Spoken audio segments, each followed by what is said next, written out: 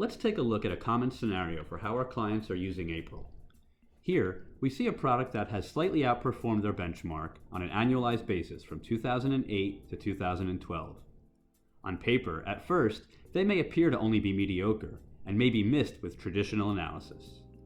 However, when we decompose this excess return, we can actually see that using Aapryl's proprietary methodology, this manager has overcome their style being out of favor, and they did this through their active decisions or skill. This is a good indication that this manager will do well in the future relative to their peers regardless of the economy, hence the high Aapryl score. We can also see that this manager is a top performer in their peer group with regard to return attributable to skill, both from stock selection and style timing. If we fast forward to 2012 to 2017, we can see that in fact this manager continued to exercise their skill as Aapryl predicted, and are now outperforming their benchmark by nearly 400 basis points annualized, all due to skill.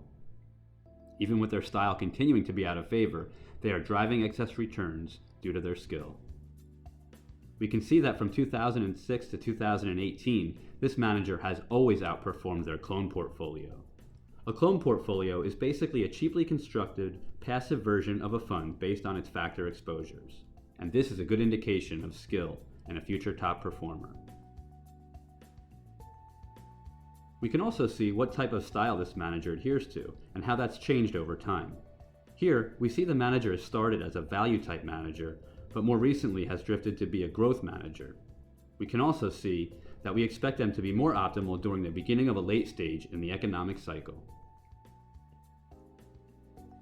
We can also see that this manager's clone consists of economic sensitivity and growth risk factors. And we can see how that has evolved over time. These are very quick ways to be able to dissect both skill and style for a manager, both with just a few clicks. For more information, please visit us at www.aapryl.com.